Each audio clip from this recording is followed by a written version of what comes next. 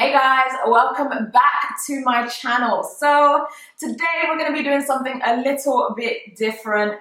If you have followed me for long enough on this channel, you will know Fiona does not do makeup videos. I think I've done one or two out of the 100+ videos I have uploaded on here.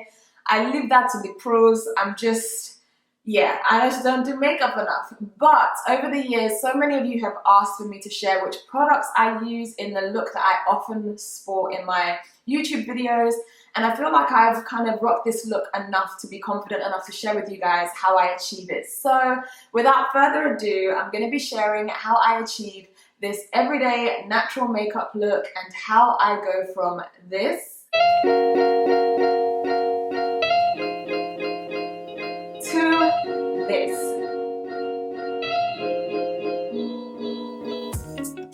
Okay, so I love to start my makeup routine off with a freshly washed face. So I have washed, I have toned, and I have moisturized, and the three products I use are going to be listed right up there. The first makeup product that I use is a primer. The primer that I'm currently loving is the Becca Ever Matte Poreless Priming Perfector. I have combination skin. My cheeks are often dry, but my T-zone is super duper oily, especially above my eyebrows and in the corners of my nose, and so I love to use a mattifying primer. Now that my face is nice and matte, I'm going straight in to do my eyebrows. And guys, little warning, eyebrows can take time, right? It can take time, so this may last a couple of minutes, but for me, I just feel like, I can go out without makeup and just do my eyebrows, which is makeup, but you know what I mean. I can go out just with my eyebrows done and feel like I look really well put together. I don't need any makeup. As long as my eyebrows are done, I'm like, I can handle the day. I can handle the day. So I'm going to be using my MAC Spiked Eyebrow Pencil. This is Bay. I've been using it for years and it just really helps to fill my eyebrows in quite nicely. This honestly it works for me every single time. So I decided to do my other brow off camera because it was taking too long. Next, I'm going to be applying my foundation. I use the Lancome Teint Idole foundation. This foundation works a treat for my combination skin. It's not too heavy, I believe it's medium wear. I am looking to try other foundations. I've been a little bit hesitant. I'm just that type of person that, when they find something they love, they use it over and over and over again. For my concealer, I'm going to be using this bad boy, the LA Girl Pro Conceal HD Concealer in the shade Fawn. Guys, I love the price point. I got this in the US, but even in the UK, it's really not pricey, at least compared to some of the higher end concealers. And for me, it does the job. I can build this up on a day when I'm going for a glam face. I can use just a little bit and just have the under area of my eyes, kind of bright and pop. I love this stuff. I love it. To blend all of this out, I'm gonna use my beauty blender. I mean, guys, what was life before a beauty blender? I know some people don't use them, but for me, it's just one of the best beauty creations ever. I feel like it's the only thing that can kind of give me that smooth, flawless blend. I'm sure there are other tools that can, but in terms of ones that I've come across and used personally, nah mate, this cannot be compared. I love it. I really love it. I also find that people that use a beauty blender and don't really like it may not be using it properly. I remember was it a few years ago? I don't know, some time ago, watching a video by one of Kim Kardashian's makeup artists. I think his name's Mario. And he was saying, you have to really wet the sponge, the beauty blender sponge, for it to work. And before I used to just, put it under the tap and then pull it out and then squeeze the life out of it. But you actually need to put it under the tap, let it run, and you'll notice that the sponge gets a lot bigger because it's taking up all of the water. Obviously, you don't leave it dripping, soaking wet, but it just definitely needs to be damp enough. So if you've got one and you don't love it, that may be a reason why, or it may just not work for you, full stop. I don't know. Next thing I'm going to do is set everything, and to do that I'm using very popular Sacha Buttercup setting powder.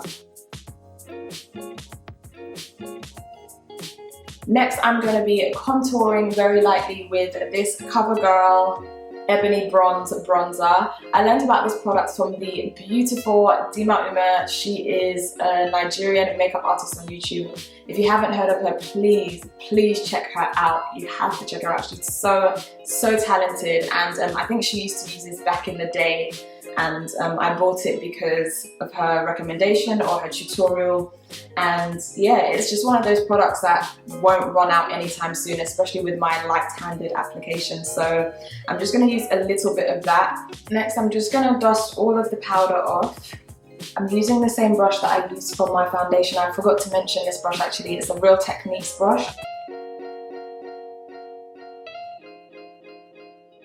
And then I'm going to go in to set everything and blend it a little bit more with my MAC Mineralize Skin Finish powder in the shade Dark.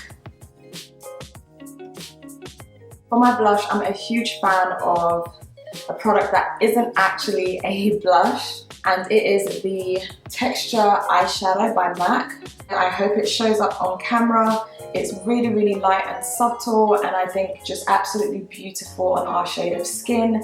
If you're not a huge fan of blush but you want a subtle, you know, bit of color on your cheeks, then this is definitely a winner. To highlight, I'm using the product I've been using as a mirror the whole day, and that is the Betty Luminizer. This, wait for it, it's coming. This is such a gorgeous bronzer or a shimmer. You can actually also use it as an eyeshadow, and it just makes my cheekbones pop. It's so beautiful. The next product I'm using is the Benefit They're Real Mascara. I tried this other mascara. This ran out, right? And it's, I think, £21. This ran out, so I was like, the budget chick in me was like, I'm gonna find something that's cheaper, that's, you know, just as good. No, let me tell you, when I went back to buy this, I realized I had been cheating myself. I had been doing myself a serious injustice. This mascara is my favorite mascara I've ever used, best mascara I've ever used. I know that there will definitely be some out there that are so much better, but I'm content. Hopefully you guys can see this, the difference. I mean, wow.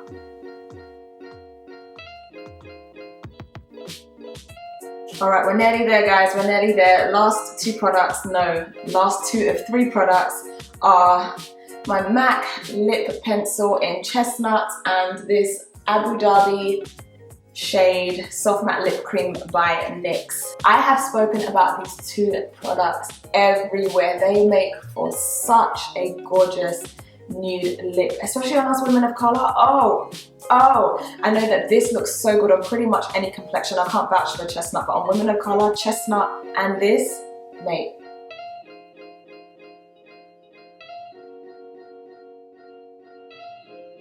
Then to finish everything off, I'm going to set with the Barry M Flawless Mist and Fix Makeup Setting Spray, which has a matte finish. So that is it for my everyday natural makeup look. I'm now going to be moving things over to the hair side. I'm going to show you guys the hairstyle I've been rocking pretty much every day for the past 2 weeks. Some of you may have caught on to the fact that I straightened my hair. If you follow me on social media, you may have caught on to that. I have straightened my hair twice since going natural. So I went fully natural in 2013. And one of the reasons I've only straightened my hair twice is because one, you know, I'm not a fan of heat damage and I just kind of want to avoid that, and two, because I actually have low to medium density hair, which may come as a shock to some people. Some people may be like, girl, what you talking about? We see your hair, you know, but the truth is I just do such a good job at making it to appear to be more voluminous. Now, when my hair is in this blow dried straightened state, if you see it in a bonnet, it looks like I have a grape-sized bun. My buns are so tiny, again, because I don't have as much hair as someone with high density hair, and I'm not really feeling that. So what I do love to do is add some clip-ins, and so I'm going to show you guys my current favorite hairstyle using these clip-ins from HERGIVENHAIR. I've had these for over a year now. It's definitely been over a year. I have a video where I show myself wearing these clip-ins. I'll link it somewhere now. in terms of my hair being straight now, honestly, this texture is so similar to the texture of my hair in its straightened state. I don't get that kind of bone straight finish when I straighten my hair. I don't necessarily want that. I get more of this airy finish, and honestly, this is the best way to explain what my hair looks like when it's straightened. It's almost like a blow-dried vibe. It looks like it's been blow-dried, but it hasn't. It's been straightened. So I'm going to be adding 2 of these and just going to give my bun some life. So let me get straight on to that.